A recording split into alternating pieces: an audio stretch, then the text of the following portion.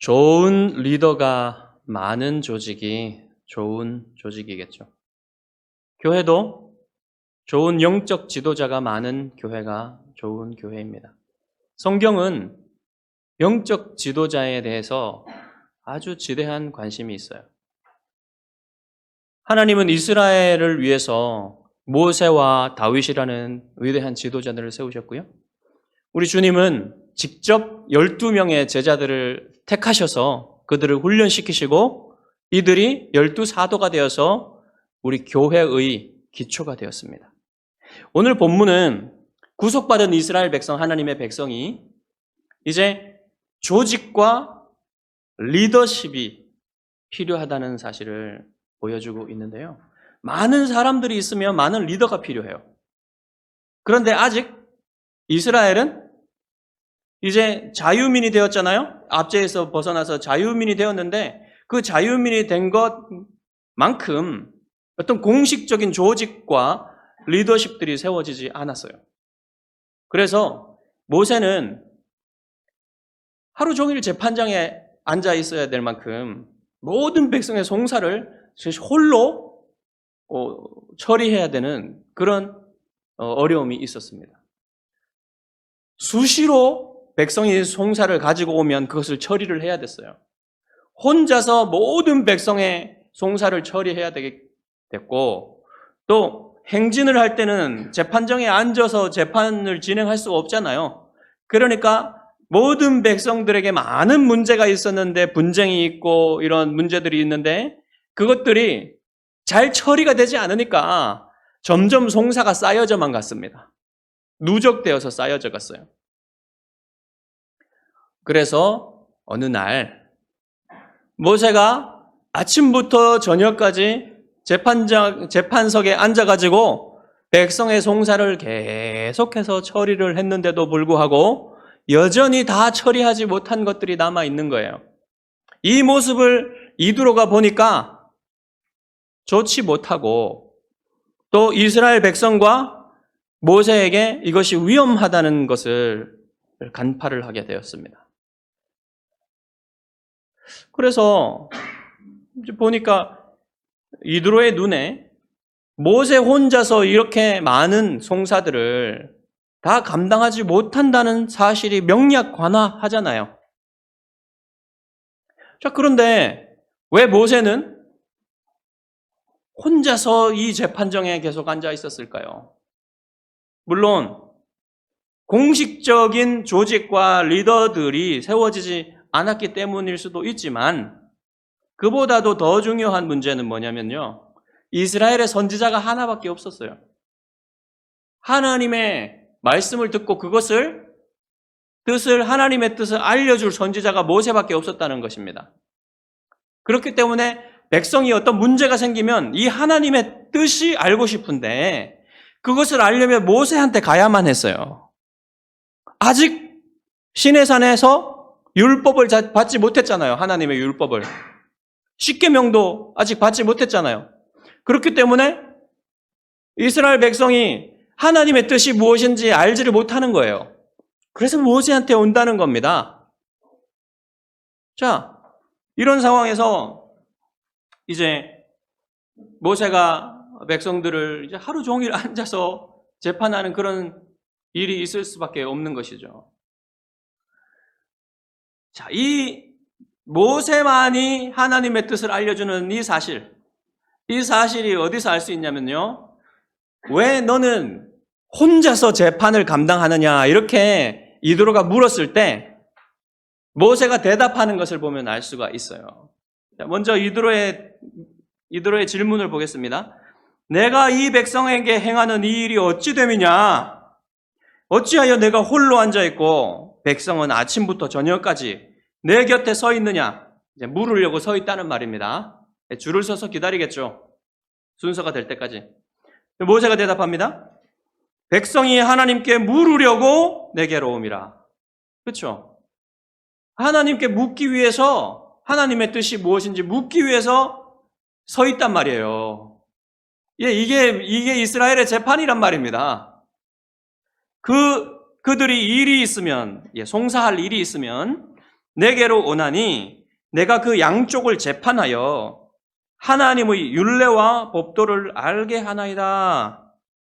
여러분, 이게요, 이스라엘 백성이 시내산에 도착하여서 율법을 받기 전에 하나님께서 이스라엘에게 하나님의 뜻을 알려주는 방식이었어요. 3개월이 있었잖아요. 광야에서 율법을 받기 전에 3개월의 시간을 광야에서 보냈을 때는 율법이 없는 상태에서 하나님이 모세를 통해서 이스라엘 백성에게 어떤 문제들을 처리하고 어떤 문제들에 대한 하나님의 뜻이 무엇인지를 가르쳐주는 방식이 이랬단 말입니다. 네. 하나님이 모든 문제에 대한 답을 주시지는 않았겠지만 어떤 문제들에 대해서는 하나님이 분명히 모세에게 말씀해 주셨을 것이고 이미 모세가 알고 있는 문제들에 대해서는 하나님의 뜻을 알려주었겠죠. 이런 식으로 되었는데요. 이드로가 보기에 이렇게 하는 것은 모세도 지치고 이스라엘도 백성도 지치는 방법이기 때문에 이것은 좋지 못하게 보였습니다. 네. 여러분, 지연된 정의는 거부된 정의다라는 법적인 금원이 있지요. 여러분, 빨리 해결해야 돼요. 어떤 문제들은. 시간이 지나면 이거는 정의가 실현되지를 못합니다. 그런데 어떤 사람들은 한 달을 기다리고 이런 문제들이 많아지면 모세의 리더십조차 흔들릴 수 있는 겁니다. 위험해요. 모세의 리더십마저 흔들리면 이 백성이 어디로 가겠습니까? 이런 위험을 이드로가 본 거예요. 그래서 이드로가 모세에게 지혜를 빌려줍니다. 자, 조언한 전체 말이 17절부터 23절까지 상당한 분량에 걸쳐서 얘기되고 있는데요. 우리 같이 한번 읽어보겠습니다. 17절부터 23절까지인데 같이 입을 맞춰서 한번 읽어보겠습니다. 내가 하는 것이 옳지 못하도다. 너와 또 함께 같이 너와 함께한 이 백성이 필경 기력이 쇠하리니 이 일이 내게 너무 중함이라. 내가 혼자 할 수 없으리라. 이제 내 말을 들으라. 내가 내게 방침을 가르치리니 하나님이 너와 함께 계실지로다. 너는 하나님 앞에서 그 백성을 위하여 그 사건들을 하나님께 가져오며 그들에게 율례와 법도를 가르쳐서 마땅히 갈 길과 할 일을 그들에게 보이고 너는 또 온 백성 가운데서 능력 있는 사람들 곧 하나님을 두려워하며 진실하며 불의한 이익을 미워하는 자를 살펴서 백성 위에 세워 천부장과 백부장과 50부장과 10부장을 삼아 그들이 때를 따라 백성을 재판하게 하라. 큰 일은 모두 내게 가져갈 것이요 작은 일은 모두 그들이 스스로 재판할 것이니 그리하면 그들이 너와 함께 담당할 것인즉 일이 내게 쉬우리라. 내가 만일 이 일을 하고 하나님께서도 내게 허락하시면 내가 이 일을 감당하고 이 모든 백성도 자기 곳으로 평안히 가리라. 아멘. 여러분, 이드로가 모세에게 제안을 하는데요. 조심스럽게 제안을 합니다. 조언하는 모습을 보면요. 이게 하나님께서 허락하시면 이런 말을 해요. 하나님이 너와 함께 하실 것이다. 뭐 이런 얘기를 해요. 그것은요. 자기의 제안이 반드시 하나님의 뜻이다. 이거는 거부할 수 없는 하나님의 뜻이다. 이런 생각으로 말하는 게 아니라 하나님이 허락하시면 이 내 지혜가 쓸모가 있을 것이다. 이런 태도로 얘기를 하는 겁니다. 여러분, 이런 태도는 좋은 것이죠. 뭐 일반적으로도 어느 조직에서나 인간관계에서나 다 이런 태도가 통용이 됩니다. 그러니까 내 주장과 내 지혜가 틀릴 수도 있고 더 좋은 하나님의 뜻이 있을 수도 있다. 이런 생각을 가지고 이렇게 서로 말을 한다면 서로 조언을 하고 뭐 조언할 일은 잘 안 하죠. 오늘날 사람들이 조언하면 싫어하니까 잘 안 하기는 하지만 꼭 사랑하는 마음으로 조언을 할 때가 있고 또 제안을 할 때가 있어요. 그럴 때는 이런 식으로 지혜롭고 겸손하게 이렇게 제안을 하라는 것이죠. 이도로의 그런 길을 따를 필요가 있습니다. 자, 이도로가 제안한 것 간단해요. 백성의 큰 그룹부터 작은 그룹까지 1000명 단위, 100명 단위, 50명 단위, 10명 단위로 해서 지도자를 세우라는 겁니다.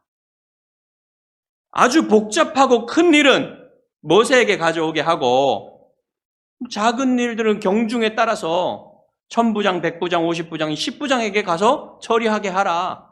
재판하게 하라. 이 재판을 한다는 것은 여러분 재판까지 가지 않는 일도 있고 재판까지 가는 일도 있잖아요. 그러니까 그 과정 속에 전부를 이 지도자의 이끌음과 돌봄을 통해서 해결할 수 있단 말이에요.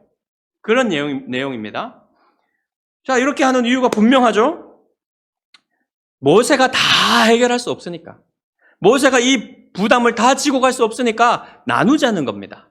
이런 목적이에요. 그래서 본문이 오늘 다루는 문제는 뭐냐면요. 다스림과 돌봄의 과업을 다른 리더들과 함께 나누어야 한다는 것입니다. 그런 문제를 다루고 있어요. 하나님이 이 이드로의 제안을 기쁘게 받아들이셨고요. 모세도 이드로의 제안을 받아들여서 그대로 하게 됩니다. 그런데 이드로의 제안에서 우리가 눈여겨봐야 될 게 뭐냐면요. 하나님의 백성을 다스리고 돌볼 지도자를 선택하는 문제예요. 영적인 지도자를 어떻게 선택하는가? 그 원리가 무엇인가? 오늘 본문이 얘기를 하고 있습니다. 영적 지도자를 어디에서 선택을 해야만 하느냐? 두 번째는 어떤 사람이 영적 지도자가 되어야 하는가? 세 번째는 왜 영적 지도자가 필요한가? 여러 명의, 한 명이 아니라 여러 명의 영적 지도자가 필요한 이유가 무엇인가? 이런 내용들을 이런 원리들을 얘기를 해주고 있어요. 제일 먼저 어떤 원리냐면 온 백성 가운데서 선택하라 이렇게 말합니다. 여러분 왜 온 백성 가운데서 선택해야 됩니까? 대표성이 있어야 되잖아요. 지도자는 백성 가운데서 선택을 해야 된다는 거예요. 그 백성이 속한 그 그룹 안에서 선택을 해야 된다는 겁니다. 그 그룹 밖에서 선택하지 말라는 겁니다. 여러분 사실 모세가 당장 백성의 지도자를 선택한 것은 아니에요. 조금 지나고 나서 율법을 받고 나서 한참이 지난 후에 백성의 지도자들을 뽑아서 세웠습니다. 그걸 어떻게 알 수 있냐면요. 신명기 1장 보면은요. 모세가 이 이야기를 다시 들려줍니다. 시내산에서 율법을 받고 오랫동안 거기에 있었다고 얘기를 해요. 신명기 1장 6절에서 이렇게 말합니다. 우리 하나님 여호와께서 호렙산에서 우리에게 말씀하여 이르시기를 너희가 이 산에 거주한 지 오래니 이 산에 거주한 지 오래니 시내산에서 오래 있었단 말입니다. 그리고 나서 12절에 가면요. 지파별로 지도자들을 선택한 이야기를 들려줍니다. 지파별로 지도자들을 세운 때가 언제냐면 율법을 받고 그 율법을 충분히 배우고 나서 이제 그 율법이 무엇인지 알고 나서 이 율법에 따라 맞는 그런 지도자들을 선택했다는 거예요. 그래야 되죠. 하나님의 뜻에 맞는 지도자를 선택하려면 우선 하나님의 뜻이 무엇인지 배우고 나서 해야 됐잖아요. 그래서 그 이후에 선택을 했다는 말입니다. 그런데 신명기 1장 13절에 보면 모세가 각 지파에서 100부장, 1000부장, 100부장, 50부장, 10부장을 선택하라고 너희들이 뽑으라 이렇게 말을 해요. 너희의 각 지파에서 지혜와 지식이 있는 인정받는 자들을 택하라. 내가 그들을 세워 너희 수령을 삼으리라. 모세가 선택하는 게 아니고요. 모세가 뽑는 게 아니고요. 최종은 모세가 하지만 각 지파에서 인정받는 사람, 지혜 있는 사람, 지식 있는 사람을 뽑으란 말이에요. 그러면 모세가 세우겠다. 이런 말이죠. 자, 이게 뭐냐면요. 그 그룹에서 택해야 된단 말이에요, 지도자를. 자, 모세가 예를 들어서 보세요. 유다 지파에 유능한 사람들이 아주 많아요. 다른 지파보다. 그리고 유다 지파에 모세하고 친한 사람들이 많아요. 그럼 모세는 유다 지파에서 이 지도자들을 많이 뽑아가지고 좀 지도자가 될 만한 사람들이 좀 적은 지파에다가 이 유다 지파의 사람들을 보내서 대표하게 하면 되겠습니까? 이러면 안 된다는 거예요. 그 그룹을 대표하는 사람들이 대표할 수 있는 사람, 그 그룹에 속한 사람들이 지도자가 돼야 된단 말입니다. 여러분, 교회로 말하자면요. 장로를 뽑아야 될 이유가 뭡니까, 여러분? 대표해야 될 사람들이 있어야지 뽑는 거예요. 그만큼 인원이 돼야, 사람들이 있어야 장로를 뽑아야 된단 말입니다. 그 사람들을 대표하고 이끌고 돌보기 위해서 장로를 뽑아야 된다는 거예요. 그러면 그 인원이 그만큼 없으면 아직 장로를 뽑을 필요가 없다는 거예요, 아직은. 그리고 장로는 성도들을 대표할 수 있는 사람이어야만 하는 거죠. 대표성이 있어야 됩니다. 그러니까 여러분, 우리 교회에 온 지 얼마 되지 않은 사람을 대표자로 세울 수는 없는 거죠. 대표성이 있어야 되니까. 이 그룹 안에서 같이 관계가 만들어지고 교제한 것이 오래되어야지 대표성을 지닐 수 있는 겁니다. 그래서 새로운 사람은 안 되는 거예요. 물론 믿을 수도 없는 거죠. 새로운 사람은. 그리고 대표성도 없는 거예요. 그러니까 안 되는 겁니다. 그리고 교회가 크고 또 성도들의 지역으로 많이 분포되어 있으면 그 지역을 대표하는 장로를 뽑을 수도 있는 거예요. 지역의 대표로. 그 지역에 있는 성도들을 대표로 해서 그 지역의 장로를 뽑을 수도 있는 거죠. 이런 식으로 대표성을 가져야 된단 말입니다. 두 번째는 살펴서 뽑으라 그랬어요. 살펴서. 왜 살펴야 됩니까? 당연히 살펴야 되죠. 아무나 뽑을 수는 없잖아요. 잘 살펴서 자질이 있는 사람을 뽑아라. 우선 능력 있는 사람을 뽑아라 그랬어요. 이 능력 있는 사람이라는 말이 여러분 우리말로 들으면 능력 있는 사람? 무슨 능력을 말하는 거야? 이렇게 되겠죠. 근데 이 말이요. 그냥 어떤 일반적인 능력을 재력이나 지력이나 재능이나 이런 걸 얘기하는 건 아니에요. 여기서는. 자, 이 사람, 능력 있는 사람이 어떤 사람인지 알기 위해서 아까 우리가 읽은 신명기에서 모세가 말한 거 있죠. 지혜와 지식이 있는 인정받는 자들을 너희들의 지파에서 택하라 그랬잖아요. 자, 지혜와 지식이 있는 사람들을 뽑으라 그래요. 여러분, 지식은 무슨 지식을 말하는 거겠습니까? 하나님의 율법, 이스라엘 백성이라면, 오늘날을 말하면 하나님의 말씀에 대한 지식이 있는 사람이에요. 하나님의 말씀을 잘 모르는 사람, 관심도 없고 하나님의 말씀에 대한 사랑도 없고 하나님의 말씀에 대한 알려고 하는 마음도 없고 이런 사람이 지도자가 되어서는 안 된단 말입니다. 교회에서. 그리고 지혜가 있는 사람은 누구입니까? 지혜는 세상 지혜랑 달라요. 성경이 말하는 지혜의 근본은 무엇이냐면 하나님을 경외하는 것이 지혜의 근본이라 그랬어요. 이게 성경이 말하는 항상 말하는 지혜입니다. 왜 이것이 지혜일까요? 하나님을 경외하는 것은 하나님을 두려워하고 하나님을 사랑하는 것으로 이루어져 있습니다. 하나님을 두려워하기만 하면 하나님을 멀리 피하겠죠. 하나님을 두려워하는 동시에 하나님을 사랑하는 사람은 두려워하긴 하지만 하나님을 가까이 하고 싶습니다. 그래서 하나님을 두려워하는 사람은 죄를 피하고 죄를 미워합니다. 또 하나님을 사랑하는 사람도 그렇죠. 그리고 하나님을 사랑하는 사람은 적극적으로 하나님이 기뻐하시는 일을 행하고자 하는 사람이에요. 자, 이것이 지혜가 아니면 무엇이겠습니까? 이것이 영적인 지혜예요. 그래서 하나님을 경외하는 사람이 지혜로운 겁니다. 이런 지혜와 지식이 있는 사람을 영적 지도자로 뽑으라 이 말입니다. 여러분, 교회에서는요, 대체로 장로와 안수집사와 권사를 뽑을 때 어떤 것을 보냐면요, 최소한을 봅니다. 공예배에 잘 참여하는지, 그리고 수입에 온전한 11조를 드리는지, 그리고 기본적인 훈련을 받았는지, 교회가 요구하는 이 세 가지가 아주 기본이에요. 기본. 최소한이에요. 이런 것이 되지 않는다면 어떻게 백성의 지도자로서, 성도들의 지도자로서 모범을 보이면서 이끌 수가 있겠습니까? 네. 이것이 가장 기본이 기초.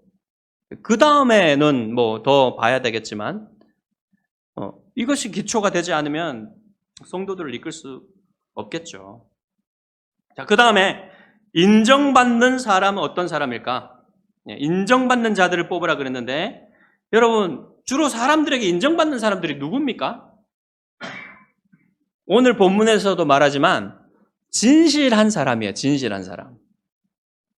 진실하고, 또 뭐라고 합니까? 불의한 이익을 미워하는 사람이라 그랬죠. 먼저 진실한 사람은 어떤 사람입니까? 약속은 많이 하는데 약속을 잘 지키지 않는 사람들이 있는가 하면, 약속을 잘 하지는 않지만, 함부로 남발하지는 않지만, 약속한 것은 반드시 지키려고 노력하는 사람이에요. 못 지킬 수도 있겠죠. 그렇지만 반드시 자기가 입으로 내뱉은 약속은 지키려고 하는 사람. 그리고 여러분, 앞뒤가 맞는 사람이겠죠. 말의 앞뒤가. 전에는 이렇게 말했다고 이제는 이렇게 말하는, 그런 사람은 믿을 수가 없는 거예요. 진실하지 못한 거예요. 그리고 자기의 이익을 위해서, 자기의 유익을 위해서 거짓말을 쉽게 하는 사람.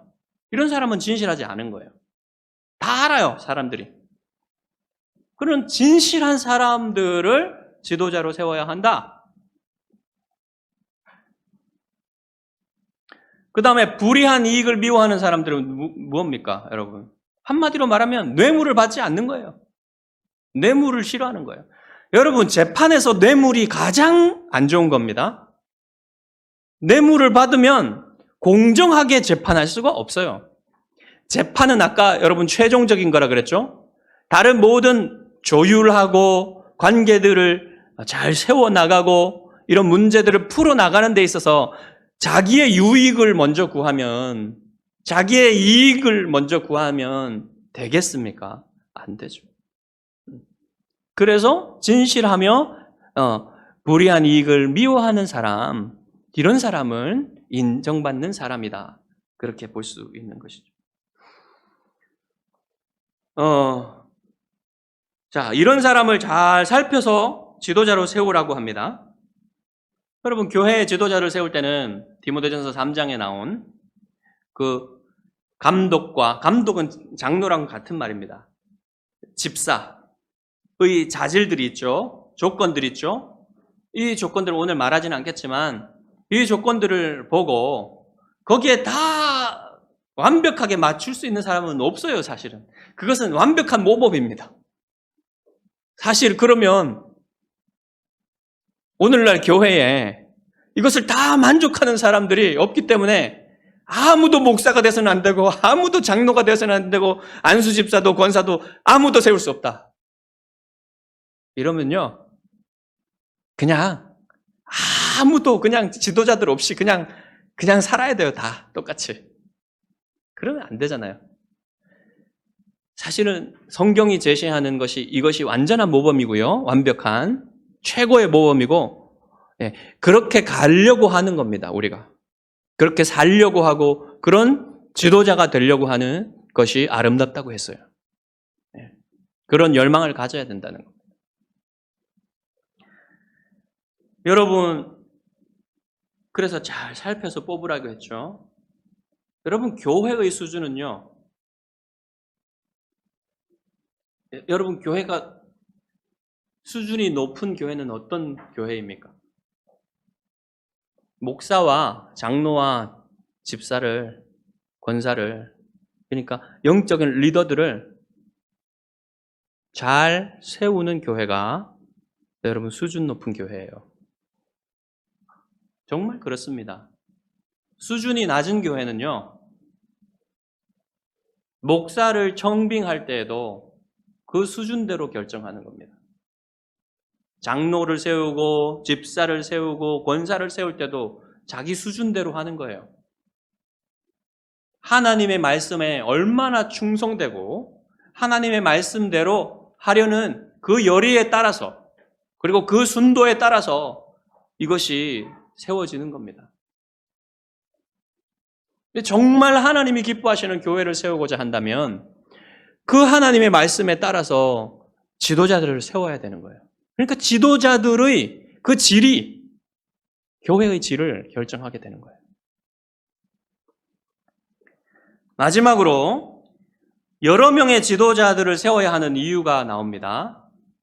왜 한 사람, 목사 한 사람이 이끌지 않고 여러 명의 지도자들이 함께 이끌어야 하는가? 22절에 그들이 너와 함께 담당할 것이라 그랬어요. 너와 함께. 모세가 최고 지도자죠? 교회에서는 목사와 같은 겁니다. 그 최고 지도자와 함께 담당할 것이라. 뭐를 담당한단 말입니까? 짐을요, 짐. 백성을 돌보는 짐, 다스리는 짐, 재판하는 짐. 모든 것을 혼자 할 수 없는 거예요. 그리고 혼자 하는 것도 나쁜 거겠죠. 그러니까 여러분. 다 혼자 하려고, 목사 혼자 하려고 하는 것도요, 좋은 게 아니에요. 그것, 눈에 보기에 목사 혼자 그것을 다 잘하는 사람, 그게 성경적으로 좋은 걸까요? 좋은 거 아닙니다. 같이 나누어서 하는 것이 좋은 거예요. 그게 성경적인 거예요. 그러니까 목사 혼자 슈퍼맨 같은 교회들이 있어요. 그건 안 좋은 겁니다, 여러분, 영적으로. 성경적으로 안 좋은 거예요. 그러니까 우리는 좋은 지도자들을 많이 가진 교회가 되도록 기도하고 그렇게 세워가야만 하는 거예요. 여러분, 지파별로 1000부장, 100부장, 50부장, 10부장을 세웠다 그랬죠? 오늘날로 말하면요, 여러분, 큰 교회는요, 교구장이 있고 또 그 교구장 안에 뭐 지역장도 있을 수 있고요. 그 다음에 그 구역장, 각 작은 소그룹을 이끄는 구역장들이 있습니다.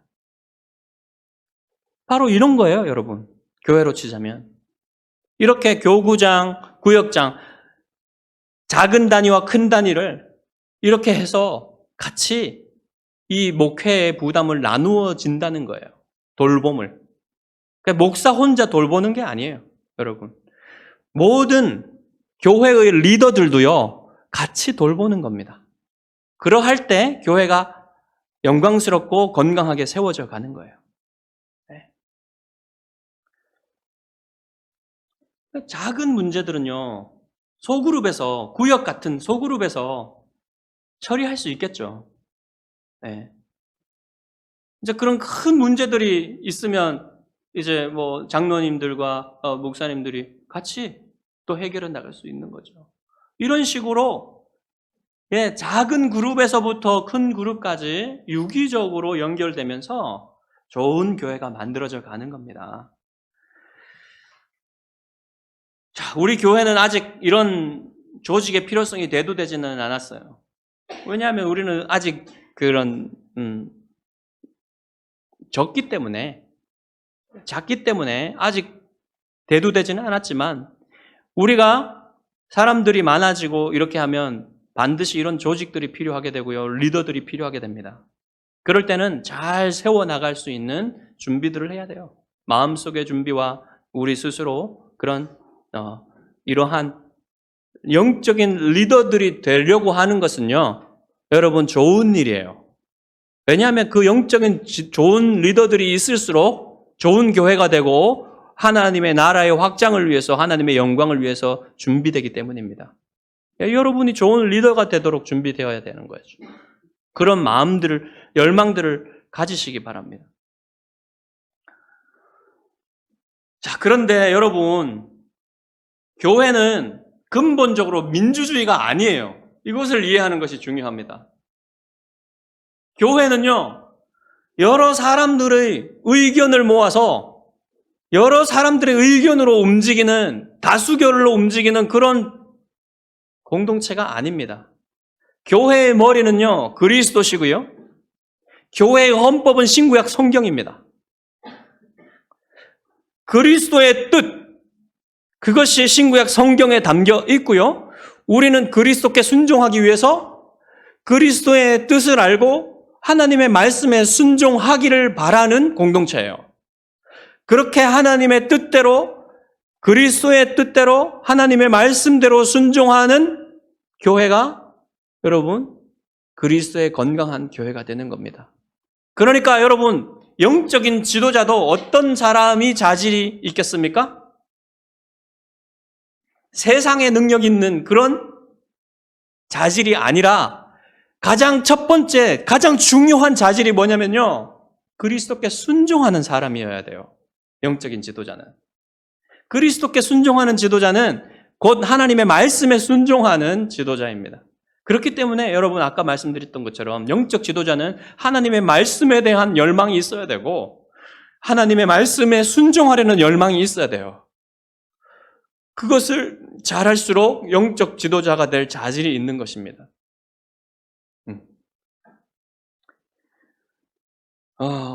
우리 교회는요, 장로의 정치가 아니죠. 회중 정치를 택했습니다. 역사적으로 개혁교회는 두 가지 정치 체제를 선택했어요. 장로 정치와 회중 정치.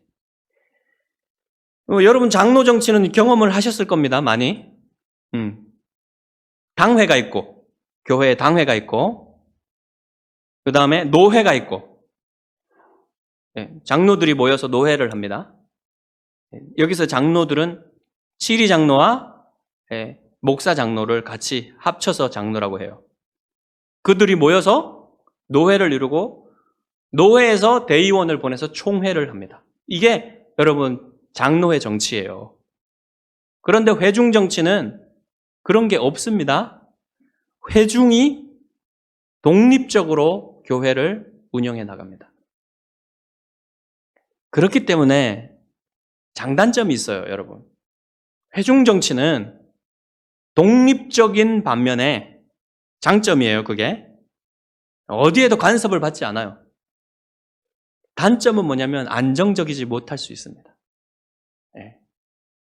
교회 홀로 해야 되기 때문에. 물론 그래서 회중교회들을 보면 이렇게 다른 교회들과 네트워크를 해가지고 함께 하기도 해요. 물론 서로 이렇게 구속력은 없지만 이렇게 서로 도우면서 가기도 합니다.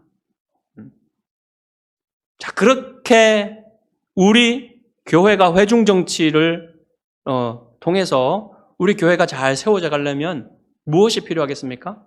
한 사람, 성도 한 사람 한 사람이 그리스도의 제자로서 그리스도의 말씀에 순종하려는 열망이 커야 돼요. 그리고 교회가 함께 만든 언약에 충성하는, 그리고 지도자들이 모범을 보이는 그런 교회가 되어야지 여러분 교회가 건강하고 하나님께 영광을 돌리는 그런 교회로 자라나갈 수가 있습니다. 여러분, 우리 교회가 그런 하나님께 영광 돌리고 건강한 회중교회가 되기를 주님의 이름으로 축복합니다. 기도하겠습니다.